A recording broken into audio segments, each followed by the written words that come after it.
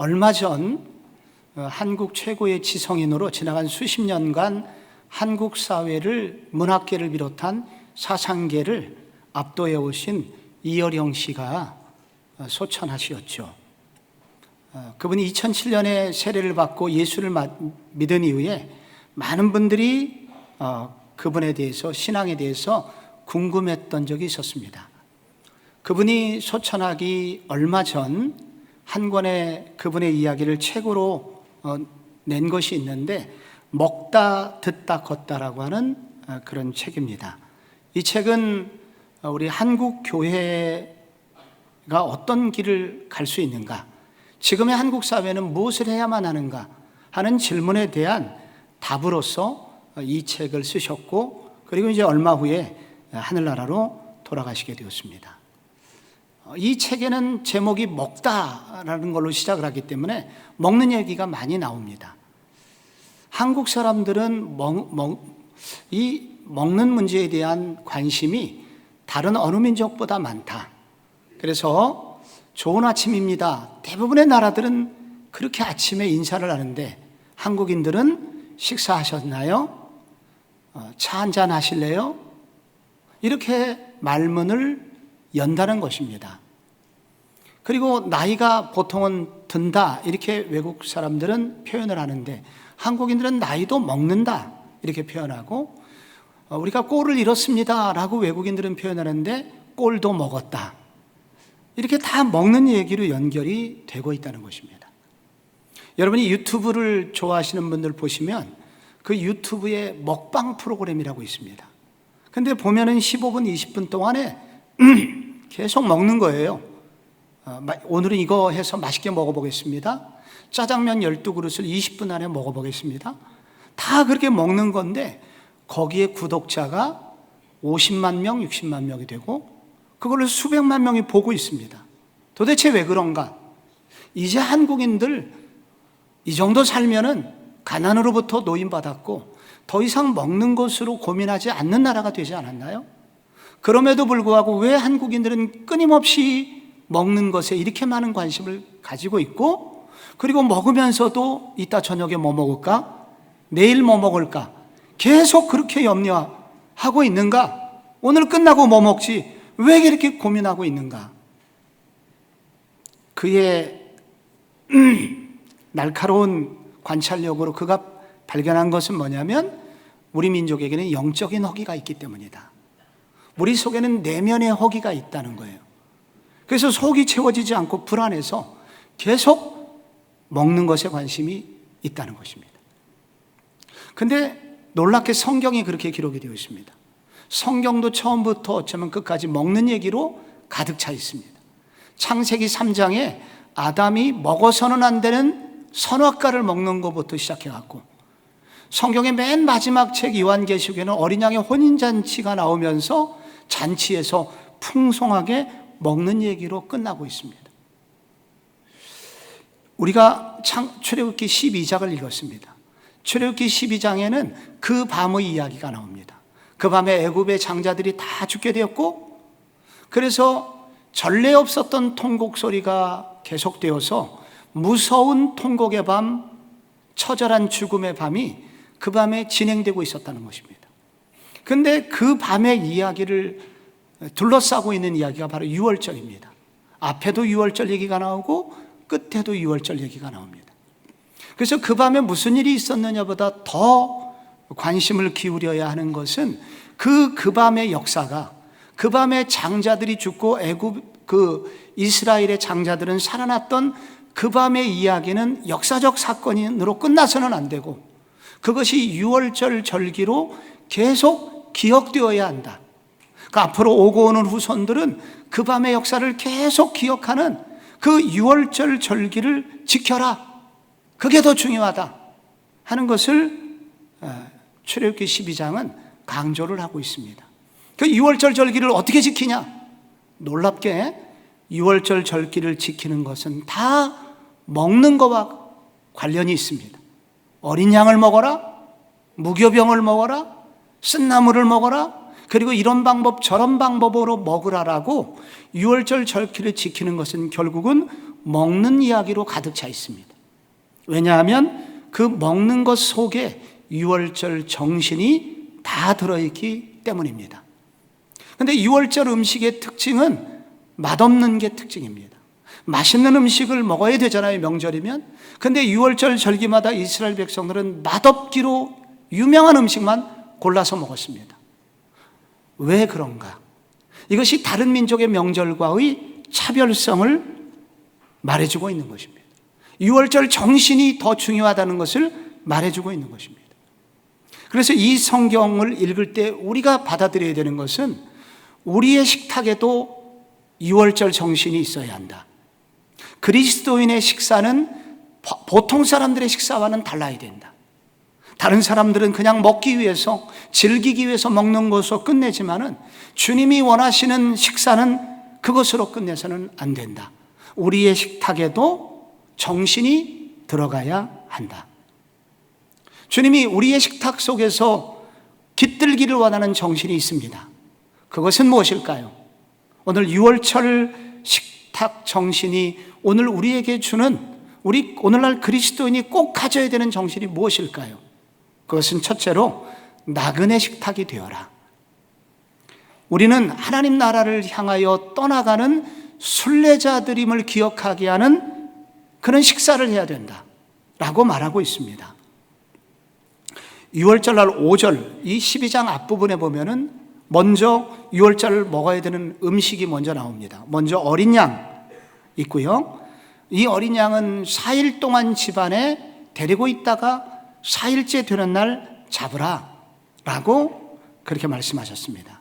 그 다음에 8절에 보면은 그 고기를 불에 구워 먹되 무교병과 쓴 나물과 아울러 먹어라. 절대로 삶아 먹지 말고 그대로 구워서 먹어라. 어린 양을 구워서 먹으라는 얘기는 빨리 먹으라는 얘기입니다. 솥단지에 물 넣고 준비할 시간이 없어요. 그냥 되는 대로 구워서 빨리 먹으라는 것입니다. 무교병이라고 하는 것은 효모나 누룩이 들어가지 않은 그런 부풀림이 없는 빵을 말합니다. 그러니까 이건 왜 그렇게 했냐면 여러 가지 이유가 있지만 이것도 빨리 먹어라. 누룩을 넣어가지고 한 이틀, 3일 이렇게 부풀렸다가 잘라서 빵을 만들어야 맛있는데 그럴 시간이 없다. 또 쓴나물을 먹어라. 그런데 요즘에 유대인들은 쓴나물을 구하기가 어려워서 애굽에서 먹던 쓴나물이 아니라 상추나 민들레나 치커리를 대용품으로 쓰고 유럽에서는 고추냉이를 대용품으로 씁니다. 그 이유는 뭐냐면은 애굽에서 우리 조상들이 겪었던 삶은 매우 고단했다. 정말 쓰디쓴 인생에서 그들은 구출받았다 라는 것을 기억나게 하는 음식입니다. 그런데 먹는 방법도 독특해요. 11절에 보면은 너희는 그것을 이렇게 먹을지니 허리에 띠를 띠고 발에 신발을 신고 손에 지팡이를 잡고 급히 먹어라. 이것이 여호와의 유월절이니라. 여러분, 허리에 띠를 띠고는 모든 외투를 다 입은 상태에서 먹으라는 것입니다. 우리는 외투를 벗으세요. 그리고 먹어야 되는데 외투를 입고 먹으라고 그래요. 신발을 벗고 먹어야 되는데 신을 신고, 지팡이를 들고 먹는 것은 불편합니다만 그렇게 먹으라. 마치 야전에서 전쟁터에 군인들이 그대로 군화를 신고 총을 놓고 밥을 먹듯이 너희도 그렇게 먹어라. 왜 이렇게 먹으라고 했을까요? 왜 이런 음식을 먹으라고 했을까요? 그것은 애굽이 주는 매력이 너무 강했기 때문입니다. 이스라엘 백성들이 여러분 애굽을 떠나기를 싫어했습니다. 만약에 바로가 핍박하지만 않았더라면 애굽에서 천년만년 살고 싶었을 거예요. 애굽은 최고의 문화를 자랑하고 있었던 당시에 그런 국가였기 때문입니다. 그래서 애굽을 떠나고 싶지 않았어요. 우리는 종종 그들이 광야 생활을 시작하면서도 자주 하는 말을 우리는 듣게 됩니다. 우리가 애굽에서 고깃가마 옆에서 죽었더라면 좋았을 것을. 우리는 그래도 애굽에 있을 때는 주인이 먹다 남은 고기를 마음껏 먹었다.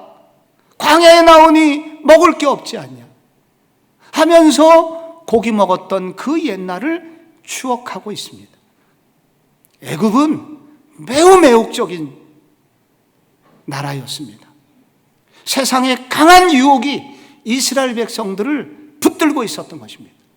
하나님께서는 이런 음식을 먹게 하심으로 먹는 것을 줄여라, 애굽에서 먹는 시간 줄여라, 서둘러서 먹어라, 옷 입은 채 먹어라 라고 말씀하심으로써 너희들이 살아가야 될 곳은 이곳 애굽이 아니라 가나안 땅이다. 너희들은 앞으로 순례자처럼 살아야 된다. 너희들이 최종적으로 도달하고 진짜 맛있는 식사가 기다리고 있으니 그게 바로 천국잔치다. 어린 양의 혼인잔치야. 거기 올 때까지 너희들은 세상에 붙들리는 사람이 되어서는 안 된다 라고 이 유월절 식사를 통해서 가르치고 계셨던 것입니다. 여러분에게는 나는 영적인 순례자입니다, 내가 살아가야 될 곳은 이곳이 전부가 아닙니다 라고 생각나게 하는 여러분의 식사법이 있으신가요? 여러분은 어떻게 여러분에게 여러분 자신이 이곳이 전부가 아니라 영원한 천국으로 가는 나그네입니다 라는 것을 기억나게 하시기 위해서 여러분은 어떤 식사법을 가지고 계신가요? 성경이 추천하는 몇 가지 식사법이 있습니다. 첫째가 금식입니다. 금식은 정말 내가 좋아하는 세상의 모든 탐욕을 잠시 끊고 영원하신 하나님을 생각할 수 있는 가장 좋은 방법입니다. 그래서 많은 믿음의 사람들은 정기적으로 금식을 했습니다. 이 금식을 통해서 나한테 만족을 주는 것은 세상이 아닙니다, 나의 진정한 만족은 하나님이십니다 라고 생각하는 시간들을 반복적으로 가졌습니다. 그렇게 금식하는 사람들의 영혼이 살아납니다. 또 하나의 식사법이 있는데 그것은 식사 시간을 줄이는 겁니다. 제가 몇 해 전 어느 기업체의 선교회 예배를 드리러 갔습니다. 그분들은 매주 목요일 날 12시에서 자그마치 12시 40분까지 예배를 드립니다.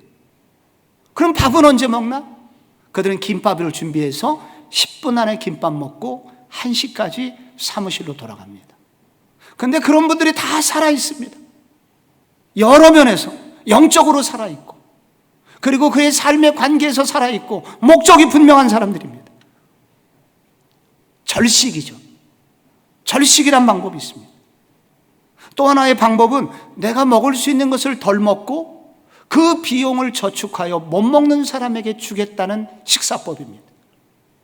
그것이 우리가 해마다 4월이면 금식을 해서 북한에 있는 먹지 못하는 사람들, 혹은 제3세계 국가에 먹지 못하는 사람들, 고아들을 위해서 정기적으로 기부하는 사람들이 반복적으로 하고 있는 식사법입니다.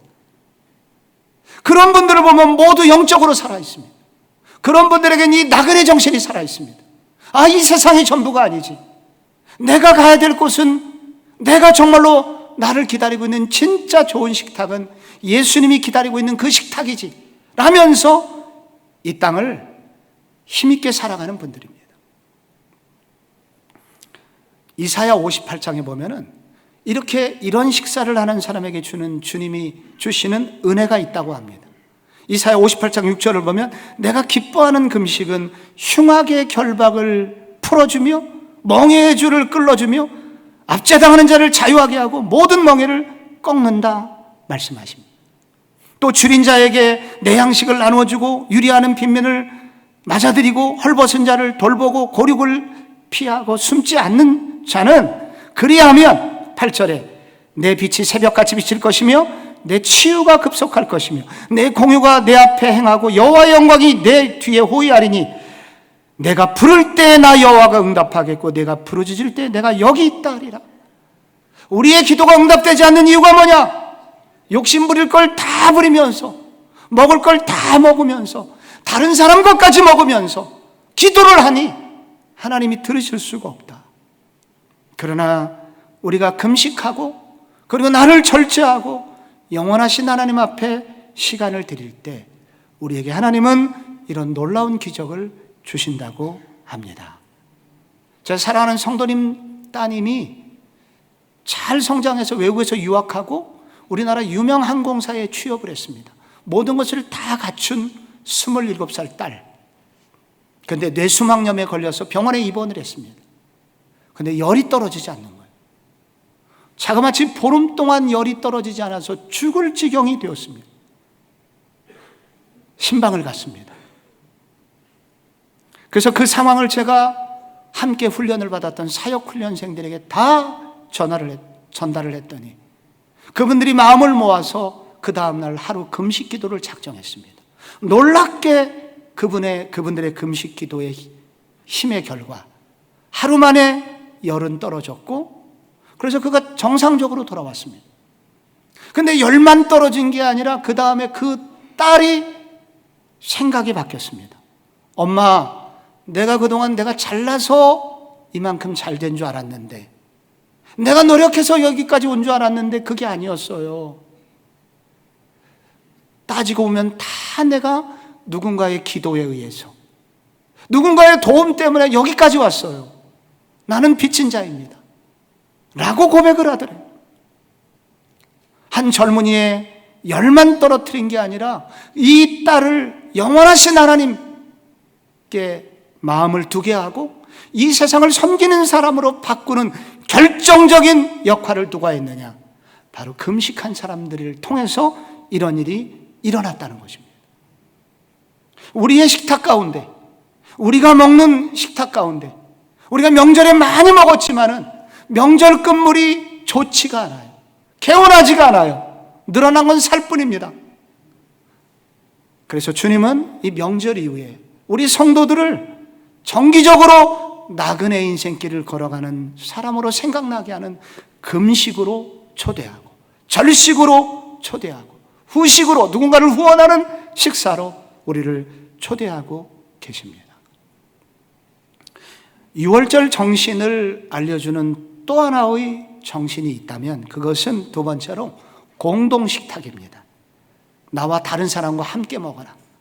그리스도인들은 이면에서 식사가 달라야 된다 말합니다. 이 출애굽기 12장의 뒷부분으로 보면 이스라엘 백성들이 출애굽할 때 함께 나온 것이 있습니다. 그것이 38절입니다. 수많은 잡족과 양과 소가, 가축이 함께 나왔다는 것입니다. 그날 이스라엘만 바로의 속박으로부터 벗어난 게 아니라 이스라엘 백성들이 자유하게 된 그 놀라운 특권이 누구에게까지 옮겨지고 있습니까?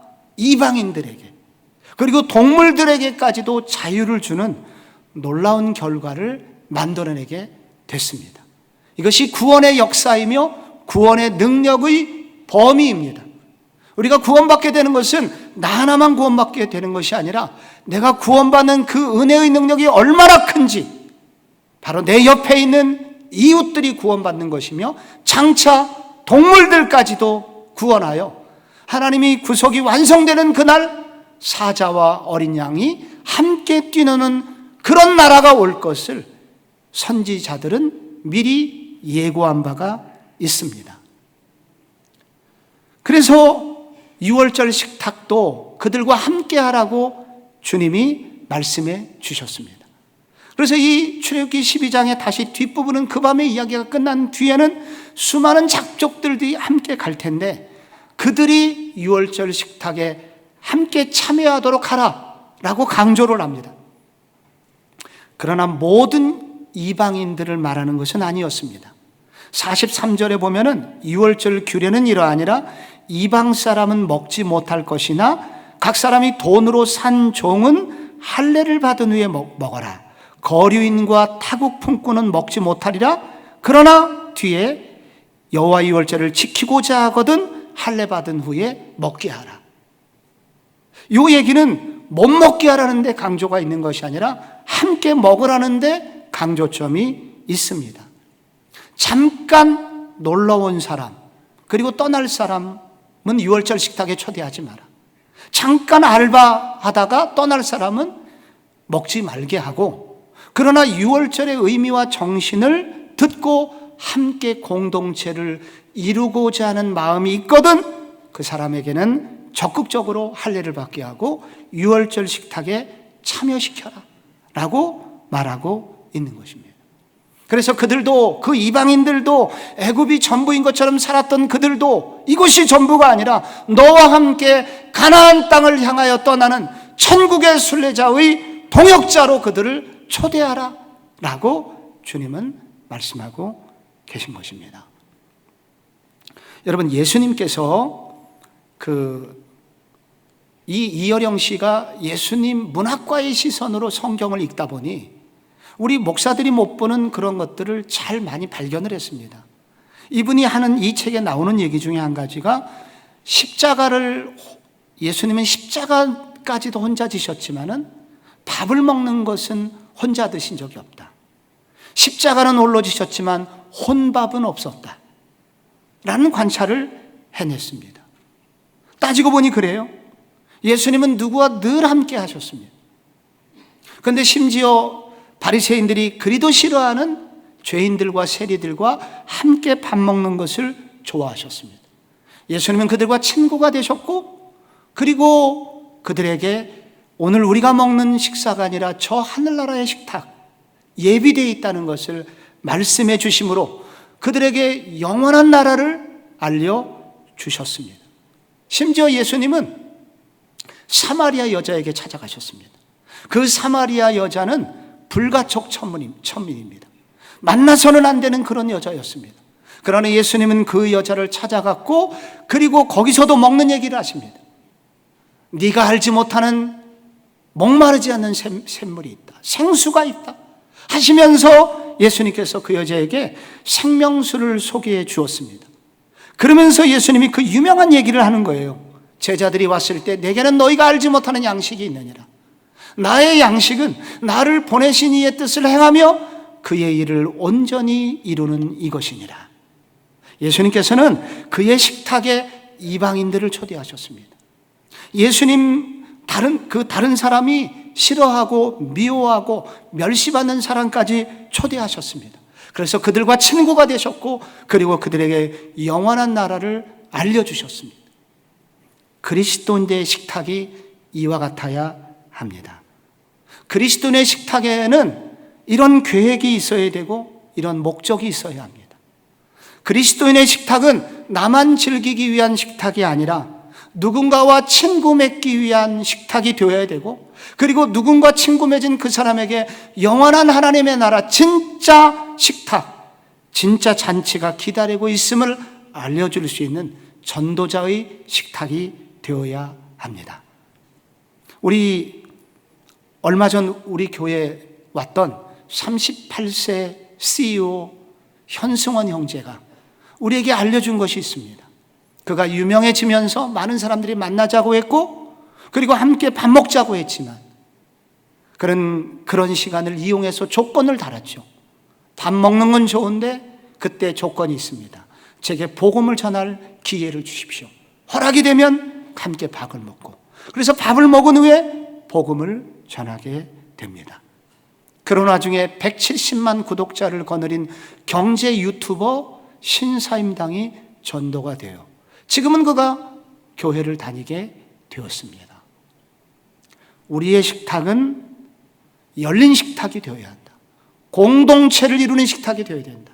누군가와 함께 먹는 친구가 되기 위한 식탁이 되어야 하고, 그래서 영원한 복음을 전할 수 있는 식탁이 되어야 한다라고 성경은 도전을 하고 있습니다. 마지막 한 가지, 6월절 식탁이 주는 또 하나의 정신은 영성의 식탁입니다. 이 영성의 식탁은 단지 먹는 것으로 끝나는 것이 아니라 정말 이거보다 더 중요한 먹는 것, 육체적인 배부름이 아니라 영혼의 배부름을 줄 수 있는 생명의 양식을 먹어라. 그것을 생각나게 하는 식탁이 되어야 한다라는 것입니다.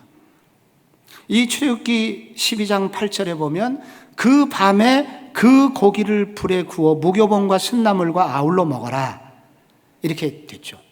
이날부터 유대인들은 6월절이 시작이 됩니다. 6월절을 첫날을 6월절이라고 나머지 시간을 무교절이라고 하여 7일 동안 그들은 이 6월절 절기를 지키게 됩니다. 그러니 아이들은 늘 불만이 많습니다. 그들은 쓴나물을 먹어야 되고 맛없는 무교병을 일주일 동안 먹어야 됩니다. 같은 음식 반복해서 먹어야 됩니다. 그래서 아이들이 짜증을 냅니다. 그런데 그때마다 부모들이 하는 일이 있습니다. 저 오븐 위에, 저 지금 렌즈 위에, 여전히 화덕 위에 올려진 저 어린 양을 봐라. 너희가 지난 4일 동안 함께 있었던 그 어린 양이 우리가 죽어야 되는 그 자리에 대신 죽었고, 우리가 흘려야 되는 피를 대신 흘려서 저기 누워 있단다. 우리는 저 어린 양의 희생에 부끄럽지 않는 삶을 살아야 되고, 저 어린 양의 희생을 통해서 우리에게 구원을 베푸신 하나님의 은혜를 힘입어서 살아야 된다. 그런 그때 아이들이 고요해집니다. 아이들이 마음에 촉촉한 감동을 입습니다. 그래서 여러분, 이 유월절의 핵심은 단지 먹는 음식으로 끝나는 것이 아니라 이 먹는 음식을 주신 하나님을 기억하게 하고, 이 먹는 음식을 통해서 여전히 우리와 동행하시는 하나님을 기억나게 하는 바로 그런 시간이 되었습니다. 그것이 바로 첫 번째 유월절의 정신이었고, 그런 정신을 믿음의 사람들이 계속해서 이어오게 된 것입니다. 1세기에 예수님의 제자들이, 1세기에 오늘날 우리가 상상할 수 없는 그런 핍박이 1세기에 있었습니다. 적대적인 예수를 믿는 것은 곧 죽음입니다. 세계 지금 기독교 박해국가 1위가 북한에서 작년까지 내리 16년, 17년을 1등을 북한이 왔는데 1위를 올해 빼앗겼습니다. 지금의 1위는 아프가니스탄입니다. 아프가니스탄에서 미군이 나간 이후로 지금은 성경책을 가지고 있는 것만 발견돼도 그 일가족 전체가 몰살이 되는 것이 아프가니스탄입니다. 1세기에 그러했습니다. 1세기에 예수를 믿는 것은 곧 죽음이었습니다. 1세기에 그리스도인을 전하는 것은 죽음을 각오하고 전해야 했습니다. 그런데 어떻게 제자들이 그런 척박하고 위험한 세계 속에서 복음을 전하여 로마 제국을 결국은 기독교 국가로 바꿀 수 있었는가? 많은 이유가 있습니다. 그런데 그렇게 계속해서 그것을 살아낼 수 있는 힘의 근원이 있었으니, 그것은 그들은 매주일 모일 때마다 성찬식을 했다는 것입니다. 성찬의 예배를 드렸다는 거예요. 성찬의 예배 속에 나오는 신비한 힘이 그들에게 주어졌기 때문이라는 것입니다. 그 성찬식, 첫 번째 성찬식이 있었죠. 그것은 바로 예수님과 제자들의 유월절 만찬의 자리였습니다. 그래서 그날의 만찬을 최후의 만찬이라고 합니다.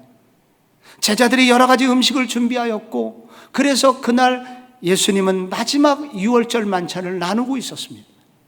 근데 복음서를 읽어보면 그 유월절 만찬장에 꼭 있어야 되는 음식이 하나 빠졌습니다.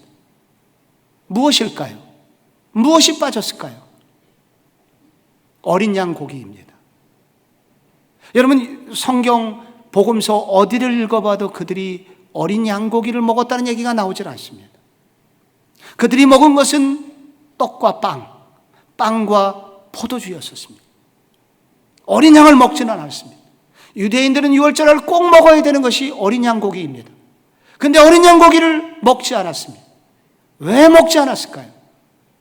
예수님 자신이 어린 양이셨기 때문입니다. 그래서 양고기가 필요 없었습니다. 대신 예수님 자신의 몸을 상징하는 떡을 떼어서 제자들에게 주면서 받아 먹어라, 이것은 너희를 위한 나의 몸이니라. 그리고 포도주를 따라 주시면서 받아 마셔라, 이것은 너희를 위하여 흘리는 나의 피니라. 그래서 제자들은 이 마지막 날 유월절 만찬에서 주는, 그리고 그 다음 날 예수님이 십자가를 지시면서 마지막 돌아가시 전에 외치신 한마디가 있습니다. 내가 목마르다, 다 이루었다 하고 돌아가셨습니다. 이 제자들에게 영원한 목마름의 문제, 양식의 문제를 해결해 주시기 위해서, 그리고 육신의 문제뿐만 아니라 영원한 죄의 문제를 해결해 주시기 위해서 스스로 목마름의 길을 가신 그 예수, 그 사랑의 예수님의 그 사랑이 성찬식을 할 때마다 떠오르게 됐던 것입니다. 이렇게 나를 사랑하시는 예수님이 계신데, 이렇게 나를 염려하고 내 모든 문제를 해결해 주신 예수님이 계시다면 내가 이 땅에 어떤 문제든 이기지 못하리 하면서 제자들은 이 성찬의 능력을 통해서 1세기에 척박하고 어려웠던 광야 생활을 견뎌내는 힘을 가지게 되었다는 것입니다. 여러분은 무엇을 가지고 이 어려운 광야 생활을 지금 버티고 계십니까? 여러분의 에너지원은 무엇입니까? 이어령 씨가 세례를 받았을 때 2007년에 한국의 지성계들이 난리가 났죠. 배신자라고, 이성이 최고고 계몽이 최고라고 말했던 그가 신앙을 얘기한다고. 그가 왜 예수를 믿게 되었나? 이유가 매우 궁금해서 많은 분들이 그를 파헤치기 시작합니다. 큰 이유가 두 가지가 있어요. 하나는 암에 걸렸지만 끝까지 아버지에게 복음을 전했던 딸, 이민아 변호사, 나중에 목사가 된, 그리고 돌아가신 고 이민아 변호사의 집요한 전도. 두 번째가 고난 때문이었습니다. 고난에 대하여 고난 속에서 찾아오신 하나님의 말씀, 그것이 이분으로 하여금 신앙생활을 하게 했다라는 것이 제가 이분의 책들을 읽으면서 내린 결론 중에 하나입니다. 이분이 너무 유명인사였기 때문에 딸하고 함께 놀아줄 시간이 없었습니다. 그러나 딸은 잘 자랐고, 그래서 미국에 유학을 가가지고 공부를 잘했고, 학사를 마치고 로스쿨에 가서 변호사가 되었고, 근데 그 딸에게 몹쓸 병이 찾아왔습니다. 그래서 암에 걸렸고, 그래서 시력을 잃어버릴 마지막 수술, 망막 분리하는, 그것을 막는 그런 수술을 하는 그 딸을 향하여 엄마와 아버지가 비행기를 타고 하와이에 가죠. 이어령 씨는 처음으로 하와이의 작은 교회당, 원주민 교회에 가서 하나님이라는 믿지도 않는 하나님께 기도합니다. 처음으로. 내 딸에게 다시 한번 볼 수 있는 기회를 주신다면 내가 가진 재능을 하나님께 드리겠습니다. 딸은 기적적으로 그 수술이 잘 돼서 볼 수 있게 됐고, 그 약속 지키려고 세례를 받게 되죠. 그런데 세례받은 지 3개월 만에 어렸을 때부터 그 할아버지 할머니 손으로 키웠던 그 딸의 아들, 25세 된 외손주가 혼수가 갑자기 오게 되면서 이 세상을 떠나게 되는 비극을 맞이하게 됩니다. 그래서 이분은 예수 믿은 지 3개월 만에 이런 고난 앞에서 기도로 잃어버리게 되고 하나님도 잊어버리게 되죠.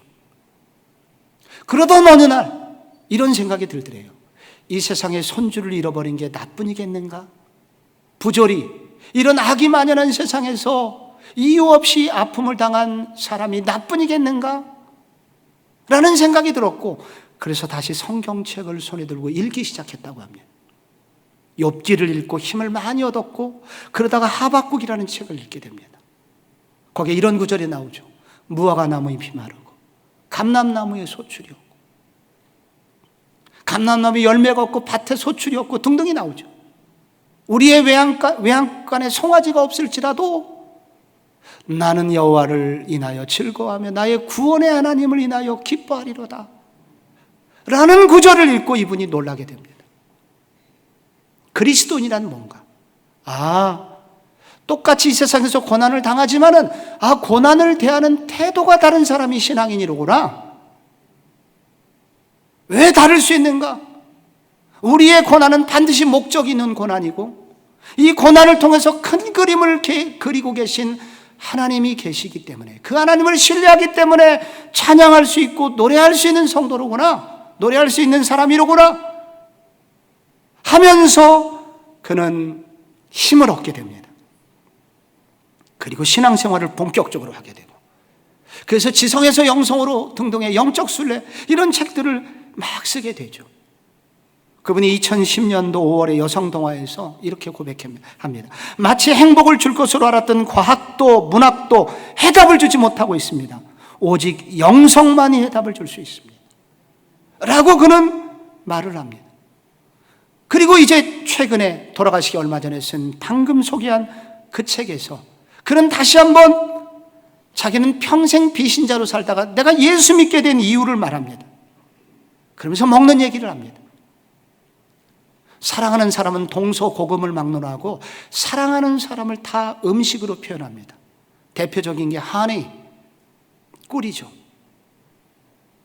왜 먹는 건가? 그것은 내가 사랑하는 사람을 먹게 되면 그 먹게 되는 것이 내 몸의 일부가 돼서 뗄래야 뗄 수 없는 관계가 되고 거기서 놀라운 에너지가 나와서 삶을 살게 해주지 않는가?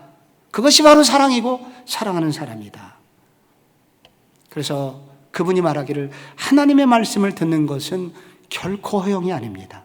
우리가 제대로 하나님의 말씀을 듣고 그 말씀이 우리 안에 들어와 살고 그때 우리는 하나님이 주시는 행동이라는 것을 하게 됩니다. 라고 도전을 합니다. 그래서 그는 책에서 하나님의 양식을 먹고 그리고 듣고 묵상하는 시간, 걷는 시간을 가질 때 우리 교회는 새로운 힘을 얻게 될 것이라고 책에서 도전을 하고 있습니다. 명절 끝물입니다. 저희들 많이 먹었습니다. 이제 우리는 어떻게 먹어야 할까요? 명절이 끝나가는 오늘 우리는 어떻게 어떤 식사를 해야 할까요? 우리 속에 순례자의 영성이 묻어나는 식탁이 우리의 식탁이 되도록 이방인과 함께 먹으며 그들과 친구가 되는 그런 식사의 자리가 되도록 그리고 우리의 영혼을 살리는 영성의 식탁 날마다 말씀이 충만한 그런 식탁이 우리의 삶이 되도록 우리의 식탁을 돌아보고 새롭게 하는 명절의 끝물이 되시기를 예수 그리스도의 이름으로 축복합니다.